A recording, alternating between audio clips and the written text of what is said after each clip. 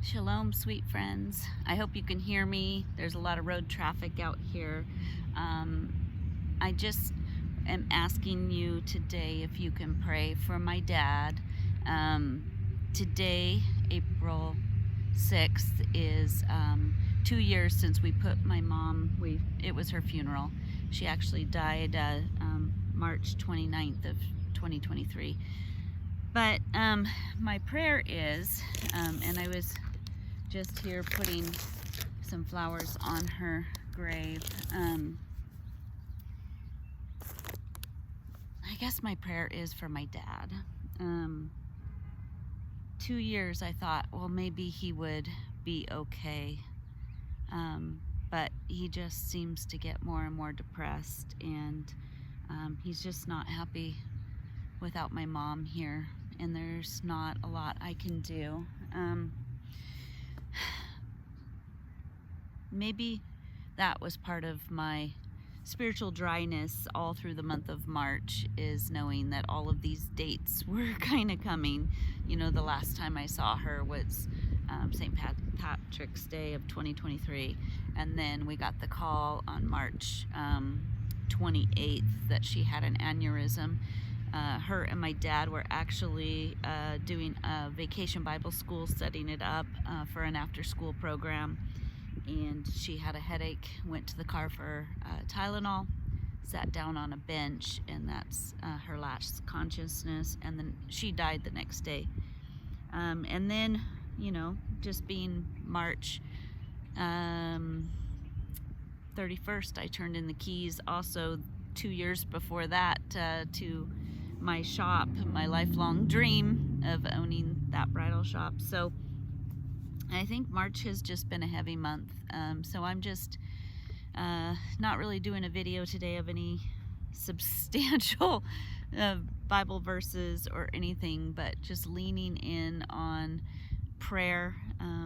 And I can't post this too many places. I can't ask for a lot of prayer because I'm afraid of hurting my dad with the memories. I always wonder, do I talk to him about it, which I do, or does that hurt him more?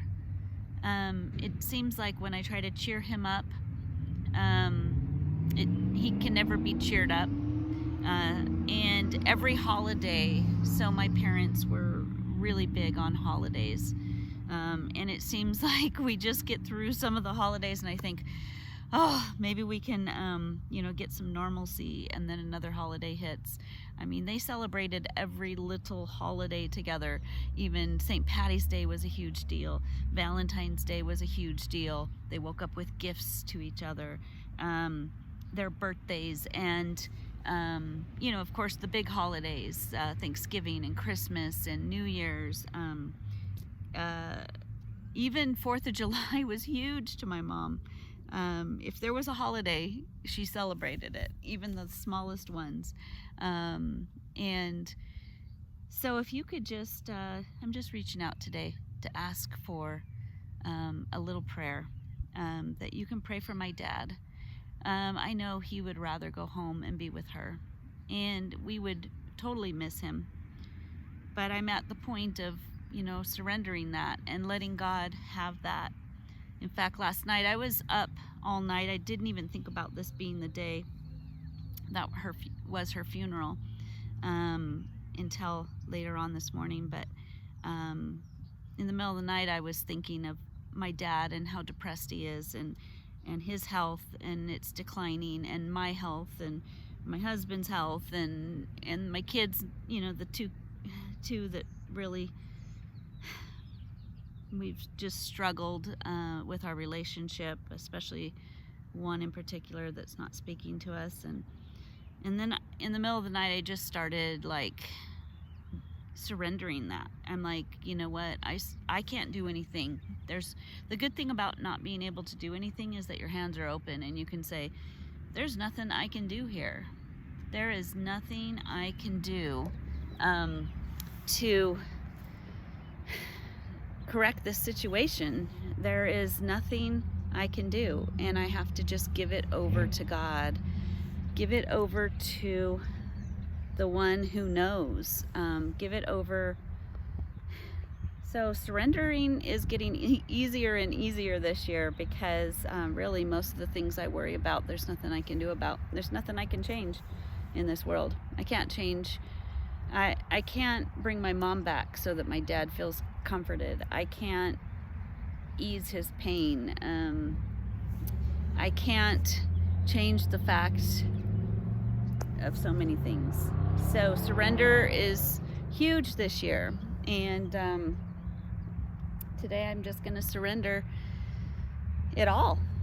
And if you can just please, it's hard, I can't really reach out to a lot of people asking for prayer, so if you, as my internet friends and tribe, if you can really be praying for my dad, and as he is in severe depression and letting his health fail in 2 years after my mom's passing. So I surrender all to Jesus. I surrender all. And this life is hard, but the good part is that we have a hope. We have a hope that Jesus will welcome us again, once again, into heaven. And I look forward to, believe it or not, the day that my dad gets to embrace my mom in heaven again. And I look forward to someday being able to embrace them both. I don't know what else to say. But here is my mom's, let me show you her grave, and then let me see, can you see it? It's hard to see when I'm, so Carol Lynn, November 5th, 1946 to March 29th, 2023.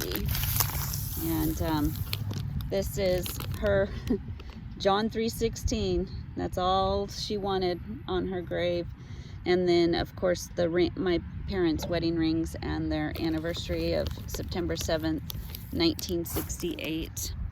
And I came in July of 1969, just shortly right after that. So anyway, have a wonderful Sunday. Have a wonderful day.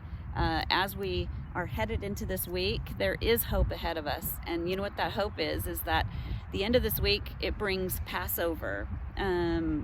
So Saturday night, I think it is the start of the Passover week, about a week. And also heading into Easter week.